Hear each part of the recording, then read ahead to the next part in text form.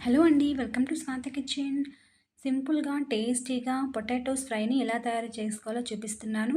నేనిక్కడ 2 medium size పొటాటోస్‌ని తొక్కు తీసేసుకొని, ఇలా మీడియంగా కట్ చేసుకొని, వాటర్‌లో వేసుకొని, కొంచెం సాల్ట్ వేసి 2 సార్లు బాగా వాష్ చేసుకొని తీసుకుంటున్నాను.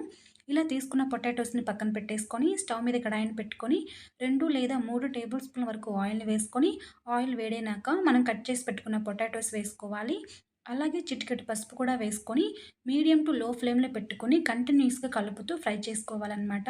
నేనిక్కడ స్టీల్ కడాయిలో చేస్తున్నాను కాబట్టి పొటాటోస్ అనేవి అడుగంటి మాడిపోకుండా ఇలా కలుపుతూ ఫ్రై చేసుకోవాలి. ఇలా కలుపుతూ ఫ్రై చేసుకోవడం వలన బాగా వేగుతాయన్నమాట. ఇంకా అడుగు కూడా అంటకుండా పర్ఫెక్ట్‌గా ఫ్రై అయిపోతాయి. ఇలా బాగా వేగిన పొటాటోస్‌ని కడాయిలోనే ఒకవైపుకి పెట్టుకొని అందులోనే హాఫ్ టీ స్పూన్ చొప్పున జీలకర్ర, ఆవాలు, ఒక రెడ్ చిల్లీ, కచ్చాపచ్చాగా దంచుకున్న 4 వెల్లుల్లి రెబ్బలు, కొంచెం కరివేపాకుని వేసుకొని ఫ్రై చేసుకోవాలి.